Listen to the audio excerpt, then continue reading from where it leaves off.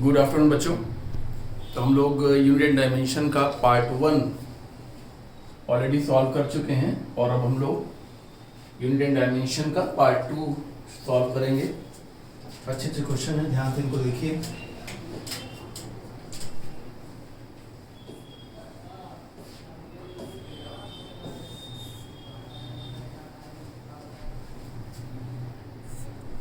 Start करें।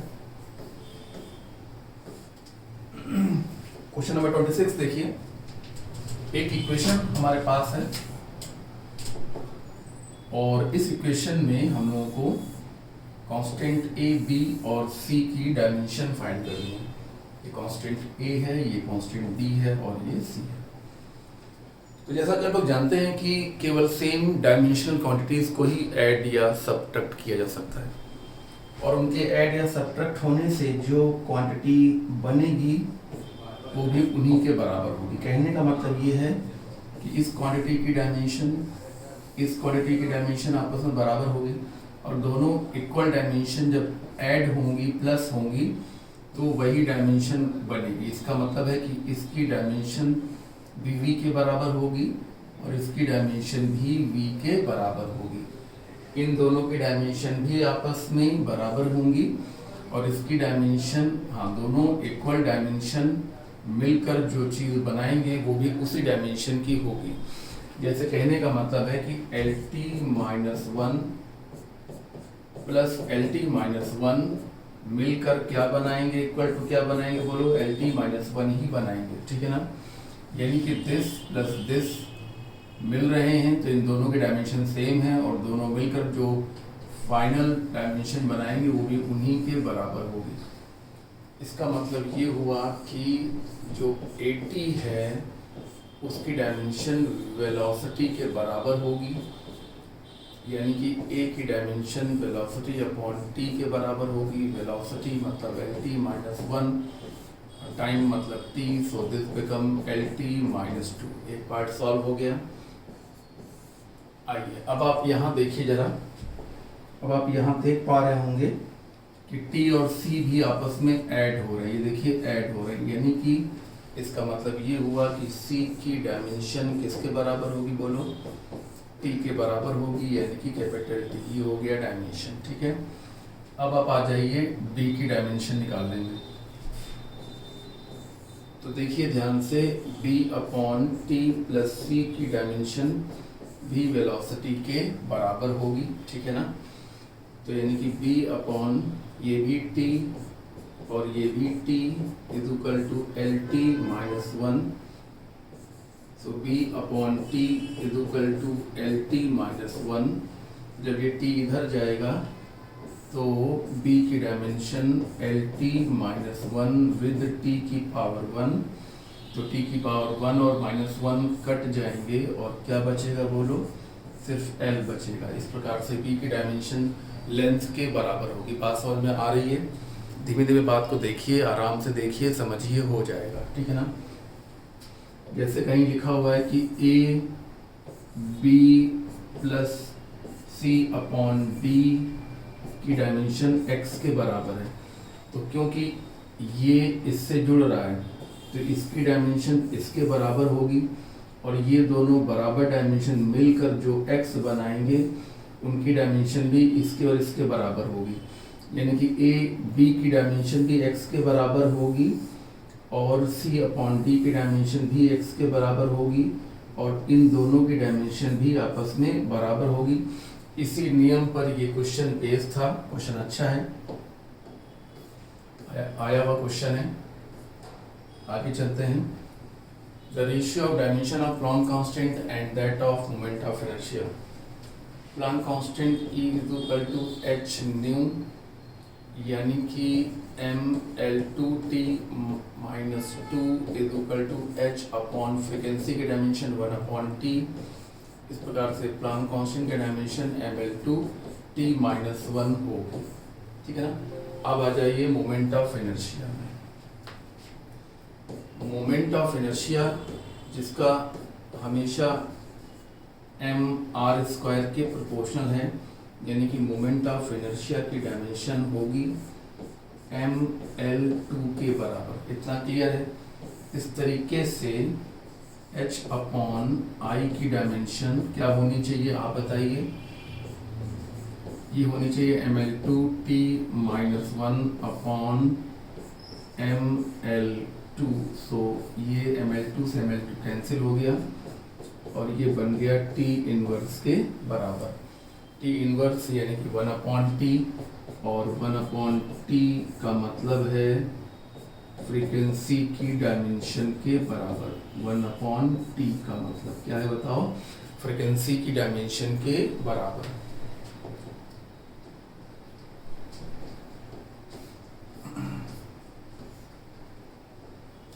The dimension of universal gravitational constant. Universal gravitational constant एक इतना important dimension है जिसके बारे में पता होना चाहिए डायरेक्टली। m-1l3t-2।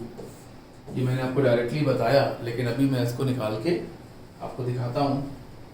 डायमेंशन निकालने के लिए जैसा कि जानते हैं फार्मूला पता रखना होता है, और फार्मूले जैसे जैसे आप पढ़ते जाएंगे चैप्टर्स, आपको फार्मूले याद होते जाएंगे। हो सकता है आपको एक साथ सारे फार्मूले याद ना हो, लेकिन जैसे जैसे हम लोग आपको चैप्टर पढ़ाते जाएंगे आपको डायमेंशन याद होती जाएगी। ठीक है, तो यहाँ पर देखिए फोर्स की डायमेंशन mlt-2। ठीक है भाई, जी की डायमेंशन हमको निकालनी है। ये हो गया m⁻2 और ये हो गया l की पावर 2, क्योंकि ये मास और इनटू मास है और ये लेंथ डिस्टेंस का स्क्वायर है। ठीक है, इस प्रकार से आप देखेंगे कि m जब नीचे आएगा तो ये mlt-2 और ये l2 ऊपर जाएगा और m की पावर 2 नीचे आएगा। जब ये m की पावर 1 है और ये m की पावर 2 है तो नीचे m बचेगा। जब नीचे m ऊपर जाएगा तो m की पावर -1 हो जाएगा, और l की पावर ये 1 और ये 2 कितना हो जाएगा 3, और t की पावर कितना बोलो -2। एक बार फिर से देखिए, जब ये इससे कटेगा तो नीचे m की पावर 1 बचेगा, और m की पावर 1 ऊपर जाएगा तो m की पावर -1 बन जाएगा, और l इंटू l2 यानी कि l की पावर 3 हो जाएगी और t की पावर 2 बनी रहेगी। ठीक है, तो ये हो गया ये क्वेश्चन सॉल्व। देखिए प्लांक कांस्टेंट की डायमेंशन फिर से निकलवाने को आ गई है। तो E = h, न्यू के कॉन्सेप्ट से h की डायमेंशन क्या होनी चाहिए। तो एनर्जी की डायमेंशन आपको पता है ml2t-2, सब याद है ना। h की डायमेंशन निकालना है, फ्रीक्वेंसी की डायमेंशन 1/t के बराबर। तो ये t जब ऊपर जाएगा तो ml2t-2 और ये t की पावर 1, ये t की पावर -2 और ये t की पावर 1, तो यहाँ क्या बचेगा -1। इस तरीके से ये हो जाएगा ml2t की पावर -1। बात समझ में आ रही है मित्रों? बात समझ में आ रही है मित्रों? बच्चों बात समझ में आ रही है? कैसे क्या हो रहा है? आसान है, सब आए हुए क्वेश्चन है। और देखिए डायमेंशन से हमेशा 2 क्वेश्चन आते हैं। यूनिट एंड डायमेंशन से कुल मिला के 3 क्वेश्चन भी आ चुके हैं last year. The pair of physical quantities having same dimension. किन की डायमेंशन सेम होती है? तो पहले फोर्स एंड टॉर्क की डायमेंशन बिल्कुल सेम नहीं होती है। वर्क और एनर्जी की डायमेंशन सेम होती है, क्योंकि कहा जाता है वर्क ही एनर्जी है और एनर्जी से ही वर्क होता है। ठीक है ना, वर्क एक प्रकार की एनर्जी है और एनर्जी से वर्क होता है। तो इन दोनों की डायमेंशन सेम है, वर्क एनर्जी की। फोर्स और इम्पल्स की डायमेंशन कभी सेम नहीं होती। लीनियर मोमेंटम और एंगुलर मोमेंटम की डायमेंशन सेम हो ही नहीं सकती। वर्क और एनर्जी दोनों की डायमेंशन ml2t-2 के इक्वल होती है। ठीक है ना। चलिए जल्दी जल्दी देखते जाइए, बहुत जल्दी। Dimension formula of magnetic flux. Magnetic flux के फार्मूले को लिखने के लिए हम लोग इंड्यूस ईएमएफ का मॉड d∅dt फैराडे का सेकंड लॉ है। फैराडे का सेकंड लॉ है। ठीक है ना। और इंड्यूस ईएमएफ होता है work per unit charge. Flux की डायमेंशन हमको निकालनी है और ये टाइम की डायमेंशन यहाँ पर हम लिखेंगे ये क्या होता है। तो ml2t माइनस 2 और नीचे at और फ्लक्स की डायमेंशन निकालनी है और टाइम की डायमेंशन t। तो t से t कैंसिल हो जाएगा और फ्लक्स की डायमेंशन आ जाएगी ml2t minus 2a minus 1। Flux की डायमेंशन डायरेक्टली याद रखने की जरूरत है, कैसे निकला ये हमने आपको बताया।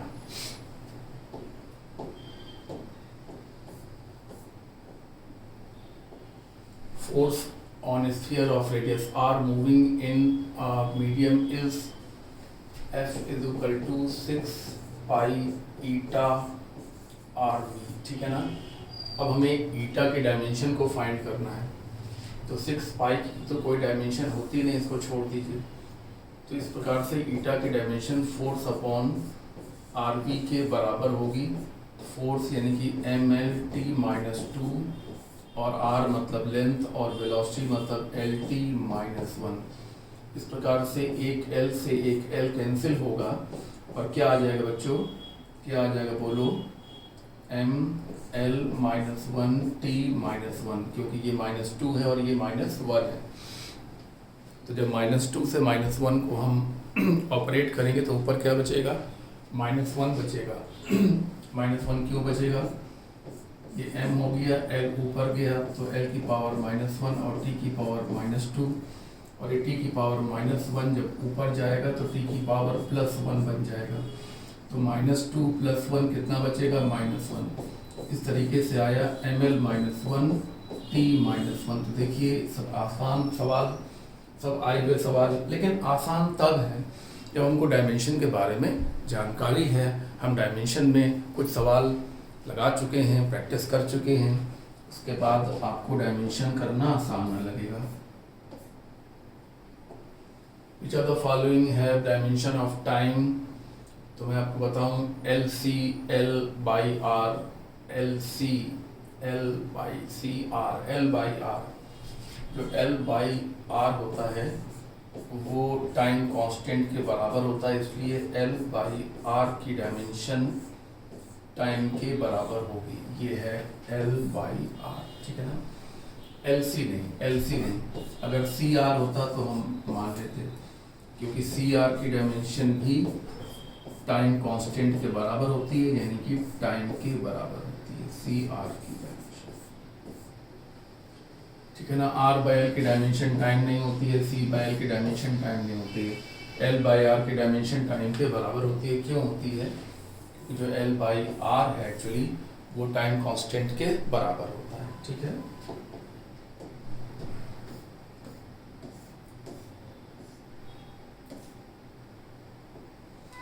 यहाँ पर हमें A की डायमेंशन फाइंड करनी है। A and B are constant, then dimension of A will be, केवल हमें A की डायमेंशन फाइंड करनी है। तो आप यहाँ देख रहे हैं कि प्रेशर से A अपॉन वॉल्यूम स्क्वायर क्या हो रहा है, जुड़ रहा है। इसका मतलब है कि इन दोनों की डायमेंशन आपस में सेम होनी चाहिए। कहने का मतलब है कि A अपॉन वी स्क्वायर की डायमेंशन प्रेशर के बराबर। A upon v square pressure क्या होता है, फोर्स अपॉन एरिया होता है। अब आप डायमेंशन लिख लीजिए, L की पावर 6 हो जाएगा। L की पावर 6 क्यों हो जाएगा बोलो, क्योंकि वॉल्यूम की डायमेंशन होती है L क्यूब, क्योंकि वॉल्यूम की यूनिट होती है मीटर क्यूब। तो L वॉल्यूम की डायमेंशन होगी L क्यूब और यहाँ पर उसका स्क्वायर है, तो L क्यूब का स्क्वायर L की पावर 6 बनेगा, और ये mlt माइनस 2 अपॉन L की पावर। एरिया की डायमेंशन, एरिया की यूनिट मीटर स्क्वायर और डायमेंशन L की पावर 2। इस तरीके से आप ये देख पाएंगे कि A की डायमेंशन, यहाँ एक L से एक L कट जाएगा। A की डायमेंशन m L की पावर 6 t के पावर माइनस 2 अपॉन L होगा, नीचे सिंगल L होगा। इस तरीके से ऊपर L की पावर 6 और नीचे L की पावर 1, तो L की पावर 6 और L की पावर माइनस 1 बन जाएगा, t की पावर माइनस 2 बन जाएगा। तो L की पावर प्लस 6 और L की पावर प्लस 6 और L की पावर माइनस 1 +6 और l की पावर -1, तो ये +6 और ये -1, तो यहाँ बनेगा 5, ये बनेगा ml की पावर 5 t की पावर -2, ठीक है ना। ये भी डायमेंशन हमारा हो गया, ml की पावर 5 t की पावर -2, ठीक है।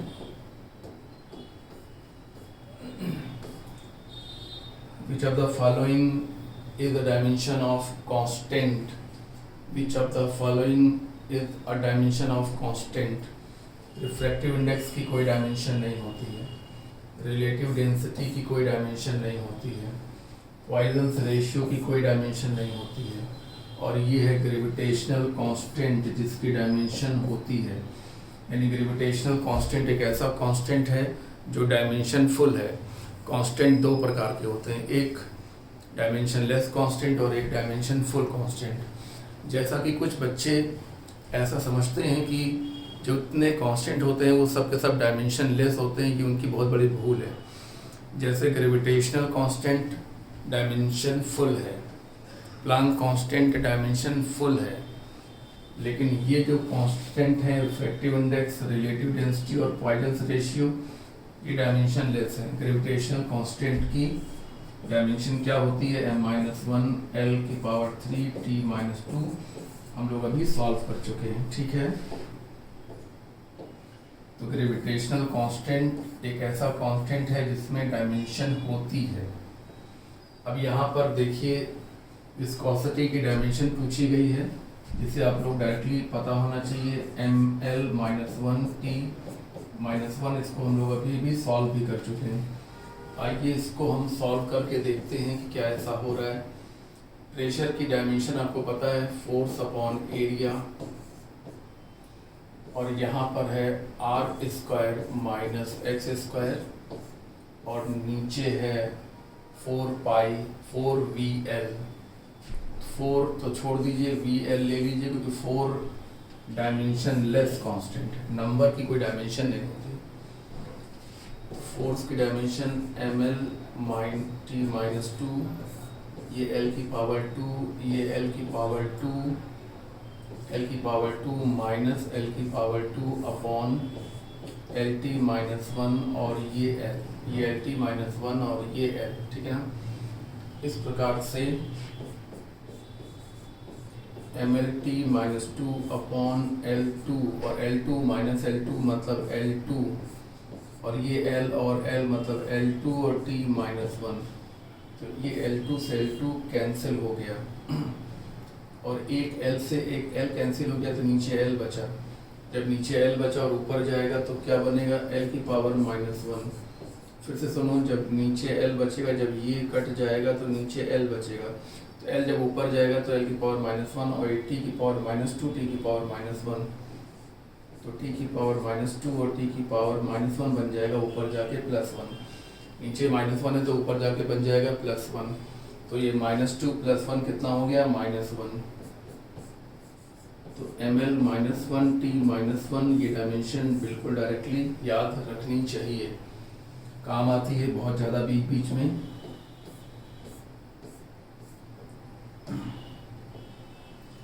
टाइम डिपेंडेंस ऑफ इतना, अल्फा की डायमेंशन फाइंड करनी है। आप जानते हैं e की पावर में जो भी चीज़ होती है वो डायमेंशन लेस होती है, और यहाँ पर e की पावर में अल्फा t², यानी कि alpha t² will be dimension less. Dimension less मतलब 1।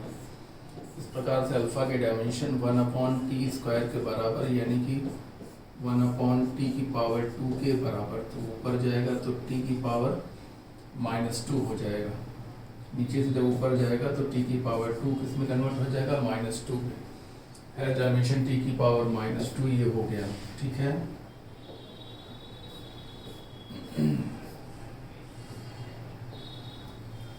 इफ P रेडिएशन प्रेशर को रिप्रेजेंट कर रहा है, और C represent the speed of light, और S represent the radiation energy striking per unit area पर सेकेंड, तो x, y, z किसके बराबर होगा?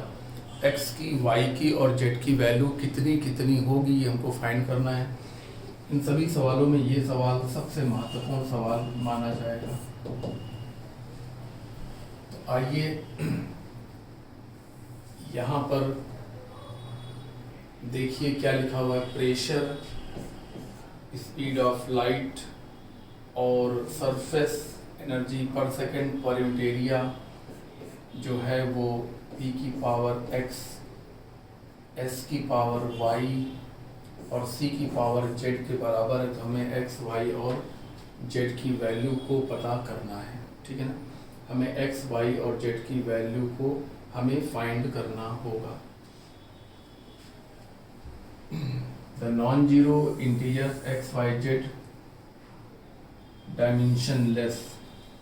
डायमेंशनलेस का मतलब हो गया इस तरफ डायमेंशनलेस, यानी कि m की पावर 0, l की पावर 0, t की पावर 0 होना चाहिए। और ये प्रेशर की पावर x और s की पावर y और c की पावर z इसके इक्विवेलेंट है। और ये डायमेंशन, ये जो है वो डायमेंशनलेस है। आइए हम पहले RHS को देखें। प्रेशर की डायमेंशन ml-1 t-2, इसकी डायमेंशन हाँ पावर में x आ गया। इसकी dimension m t-3 power y आ गया। आइए जगह बनाते हैं थोड़ी सी।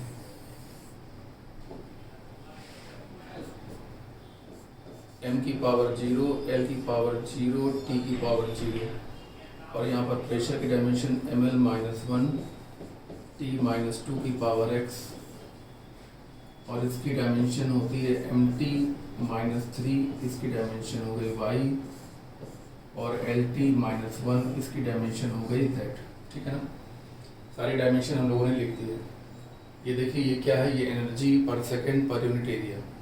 s की डायमेंशन में आपको यहाँ अलग से बता दे रहा हूँ, एनर्जी पर सेकंड पर यूनिट एरिया, ठीक है।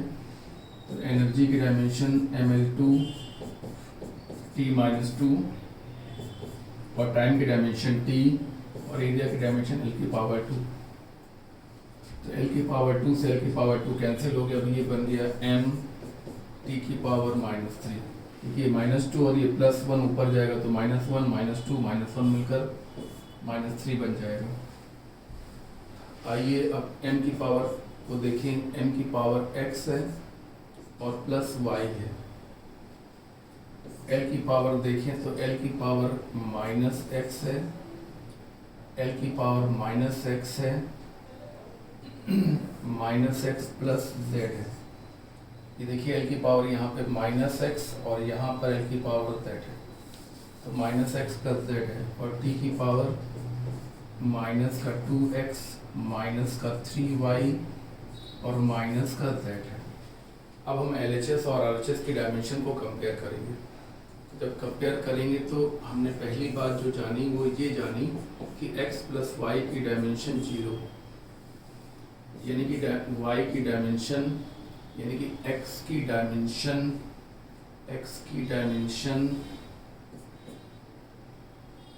y की डायमेंशन -x के बराबर होनी चाहिए।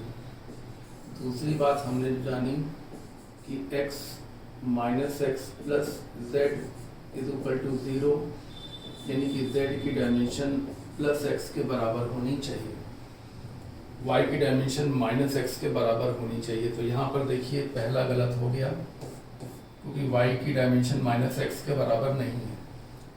दूसरा देखिए y की डायमेंशन -x के बराबर है पर z की डायमेंशन x के बराबर नहीं है, ये भी गलत हो गया।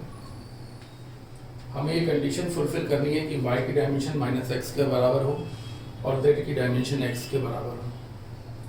आइए यहाँ देखिए x की वैल्यू 1 है और y की वैल्यू -1 है, तो y की डायमेंशन -x के बराबर है और z की डायमेंशन x के बराबर है। तो ऑप्शन C सही होगा और ऑप्शन D गलत होगा, क्योंकि y की डायमेंशन x के बराबर दिखाई जा रही है, जबकि हम आपसे बार बार कह रहे हैं कि y की डायमेंशन -x के बराबर होनी चाहिए।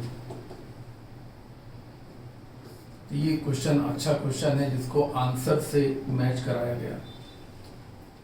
परमेबिलिटी ऑफ फ्री स्पेस की डायमेंशन हमें पता करनी है। तो परमेबिलिटी ऑफ फ्री स्पेस के लिए हम लोग F = μ0/4π I1 I2 upon D और इंटू L, ये हम लोग जानते हैं। अब D की डायमेंशन तो L के बराबर होगी और 4 पाई की कोई डायमेंशन नहीं होगी।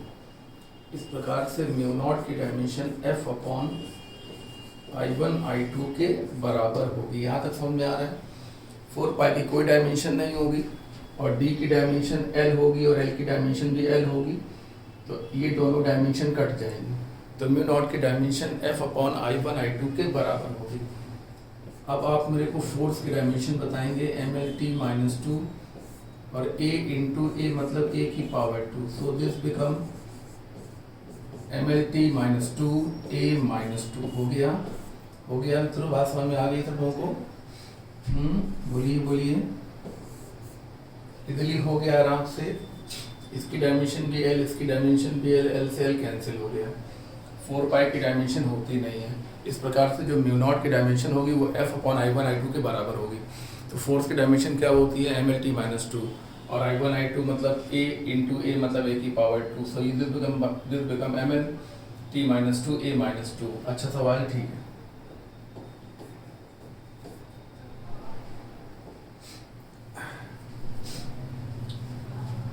फ्रीक्वेंसी C m की पावर x k की पावर y के, जहाँ पर C एक डायमेंशन लेस कांस्टेंट है, तो हमें x और y की वैल्यू को पता करना है। फ्रीक्वेंसी की जो डायमेंशन है वो C m की पावर x और k की पावर y के बराबर है। k यहाँ पे क्या है? k यहाँ पर स्प्रिंग कांस्टेंट है, ये लिखा हुआ है स्प्रिंग कांस्टेंट k। तो पहले k की डायमेंशन देख लीजिए। F इक्वल टू होता है kx, ये स्प्रिंग फार्मूला है, तो k की डायमेंशन F अपॉन x के बराबर होगी। F की डायमेंशन MLT-2 और x की डायमेंशन L। इस तरीके से ये MT-2 के बराबर होगा। MT-2 L से L कैंसिल होने के बाद, ठीक है ना, ये MT-2 के बराबर वैल्यूज पुट करिए। इसकी डायमेंशन t की पावर -1, इसकी कोई डायमेंशन होती नहीं है। मास की डायमेंशन x, m की मास की डायमेंशन m और k की डायमेंशन MT-2 की पावर y। इस प्रकार से m की पावर में x प्लस y आ गया और t की पावर में -2y आ गया, और ये है t की पावर -1, यानी कि m की पावर 0, l की पावर 0, क्योंकि यहाँ m और l नहीं है। और अगर m और l नहीं है मतलब m की पावर भी 0 है और l की पावर भी 0 है। अब पावर से पावर कंपेयर कराइए तो पहली बात हमको समझ में आती है कि x plus y is equal to 0। इसका मतलब ये हुआ कि x is equal to -y। ये पहली बात निकल के आती है। और दूसरी बात क्या है कि -2y इज इक्वल टू -1, तो माइनस से माइनस कैंसिल, तो y इज इक्वल टू कितना आएगा बोलो? 1/2 आएगा। तो अगर y इज इक्वल टू 1/2 आएगा तो x इज इक्वल टू कितना आ जाएगा? x is equal to -y है, तो ये -1/2 आ जाएगा। तो x is equal to -1/2 and y is equal to 1/2। ये लीजिए हो गया, x इज इक्वल टू -1/2 और y इज इक्वल टू 1/2। अच्छा सवाल था।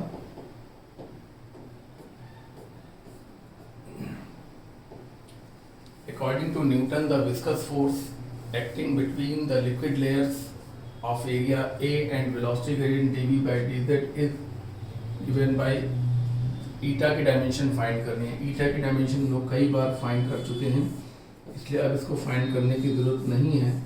अगर आप फाइंड करेंगे तो यही आएगा, ml -1t -1। कैसे आएगा? यहाँ फोर्स की डायमेंशन रख देना, यहाँ एरिया की डायमेंशन, यहाँ वेलोसिटी की डायमेंशन और यहाँ डिस्टेंस की डायमेंशन रख देना, तो ईटा की डायमेंशन अपने आप यही आ जाएगी, ml -1t -1। ईटा क्या है? विस्कोसिटी कांस्टेंट है, जिसे हम लोग कोफिशिएंट ऑफ विस्कोसिटी भी कहते हैं, वो है। The dimension formula of pressure. Pressure का डायमेंशन फार्मूला हम लोग कई बार निकाल चुके हैं, फोर्स अपॉन एरिया ये फार्मूला होता है। फोर्स की डायमेंशन ml/t -2 और एरिया की डायमेंशन l की पावर 2।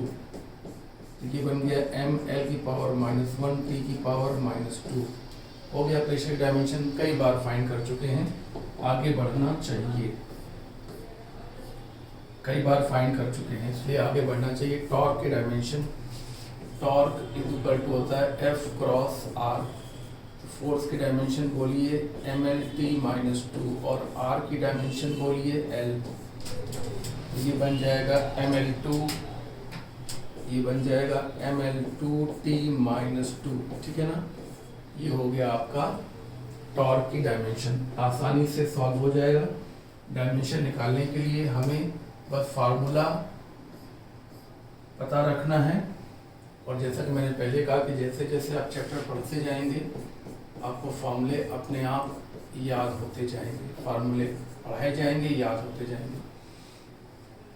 तो हमें यहाँ पर केवल बी की डायमेंशन फाइंड करनी है, केवल बी की डायमेंशन फाइंड करनी है। तो आप जानते हैं कि ये और ये आपस में ऐड हो रहे हैं, तो इन दोनों की डायमेंशन सेम है, और ये दोनों सेम डायमेंशन मिलकर जो बनाएंगे वो भी उसी डायमेंशन का होगा, ठीक है ना। यानी कि इन तीनों गोलों की डायमेंशन सेम है।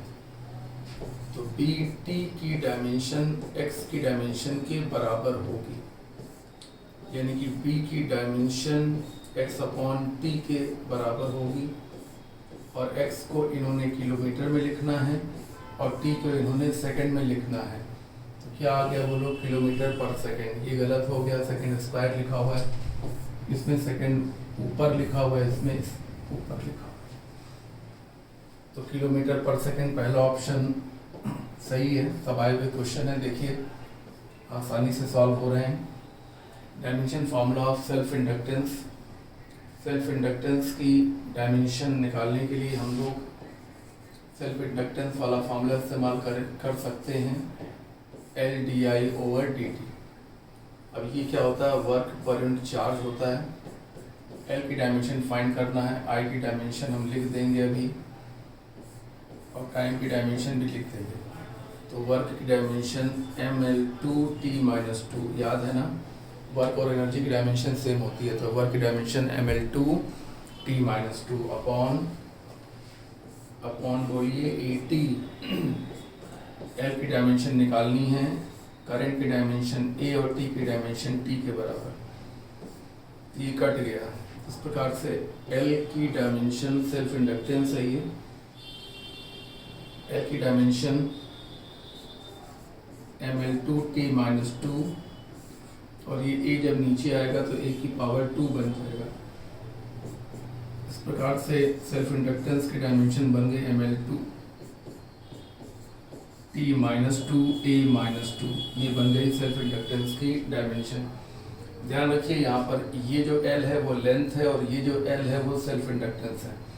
इसके ऊपर मैं स्टार लगा दे रहा हूँ जिससे आपको ध्यान रहे कि ये सेल्फ इंडक्टेंस है, ये लेंथ नहीं है, ये स्टार लगा दिया, सेल्फ इंडक्टेंस है।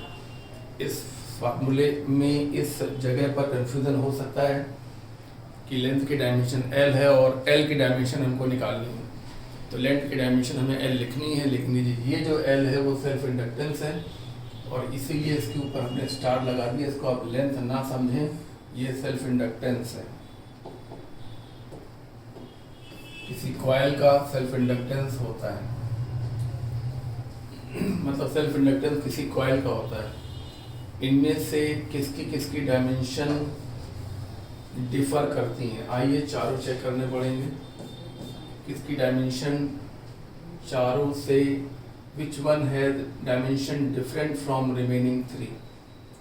Energy per unit volume ml2t -2 upon L की power 3, so this become ml -1t की पावर -2। फाइन। आइए दूसरे को देखते हैं, force per unit area. Force per unit area, force की डायमेंशन बताएं, फोर्स की डायमेंशन बताएं mlt -2 और एरिया की डायमेंशन L की power 2, so this become ml minus 1t minus 2 ml minus 1t minus 2 same dimension हो गया। सी को देखें, product of voltage and charge per unit volume, voltage और चार्ज पर यूनिट वॉल्यूम, ये voltage है और ये वॉल्यूम है, ध्यान रखना, voltage and charge per unit volume. आप चाहें तो वोल्टेज को ईएमएफ से रिप्रेजेंट करके कंफ्यूजन दूर कर सकते हैं। इसकी डायमेंशन देखिए, वोल्टेज जो होता है वो work done per unit charge के बराबर होता है, और ये Q और ये देखिए वॉल्यूम, तो Q से Q कैंसिल हो गया। वर्क की डायमेंशन ml2t माइनस 2 और वॉल्यूम की डायमेंशन l की पावर 3। इस प्रकार से ये हो गया ml माइनस 1t माइनस 2।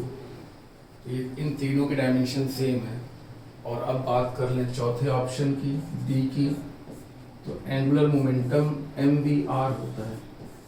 जब कोई बॉडी सर्कुलर मोशन करती है तो उसका एंगुलर मोमेंटम mvr होता है। तो m हो गया, v हो गया lt माइनस 1 और r हो गया l। तो ये डायमेंशन बन रही है ml2t माइनस 1। क्या बन रही है?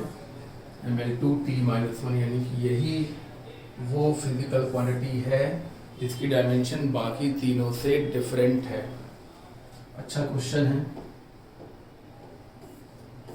हाँ अच्छा क्वेश्चन है। Dimension formula of angular momentum, अब ये भी मैंने बताया, एंगुलर मोमेंटम की डायमेंशन mvr फार्मूले से आसानी से निकाली जा सकती है। तो lt माइनस 1 और ये l, तो ये बन गया ml2t माइनस 1। क्या बन गया बोलो? ml2t माइनस 1 बन गया। चलो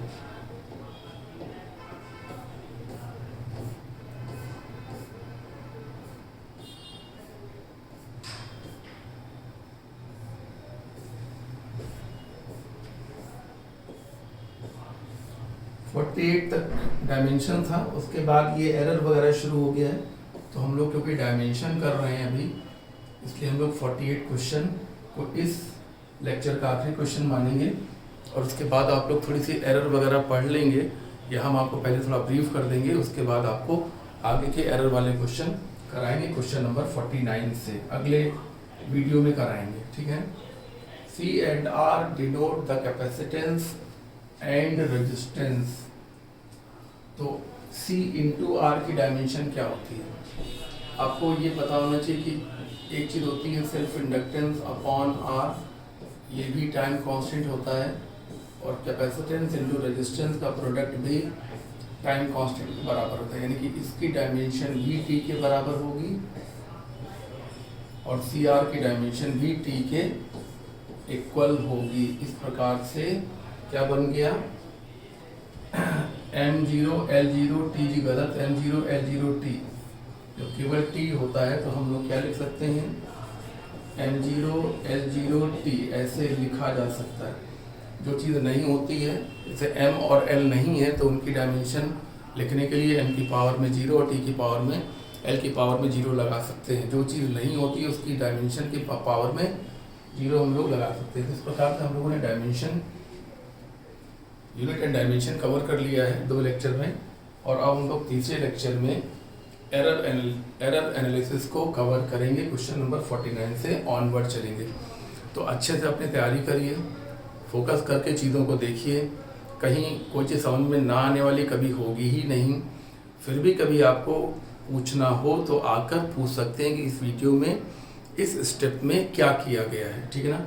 वैसे ऐसा कभी होगा ही नहीं, क्योंकि हम लोग हर स्टेप सॉल्व करते हैं, नीचे की चीज़ को ऊपर ले जाते हैं। पावर अगर नीचे प्लस होती है तो ऊपर उतनी ही माइनस हो जाती है, नीचे अगर माइनस की पावर होती है तो उतनी ही ऊपर जाके प्लस में हो जाती है। और इस प्रकार से एक एक स्टेप लेते हुए हम लोग पढ़ाई करेंगे, और आप लोग धीमे धीमे चीज़ों को फोकस करते हुए समझेंगे और आगे बढ़ेंगे धीमे धीमे, ठीक है ना। इतना तैयार कर लीजिए। Okay, good bye.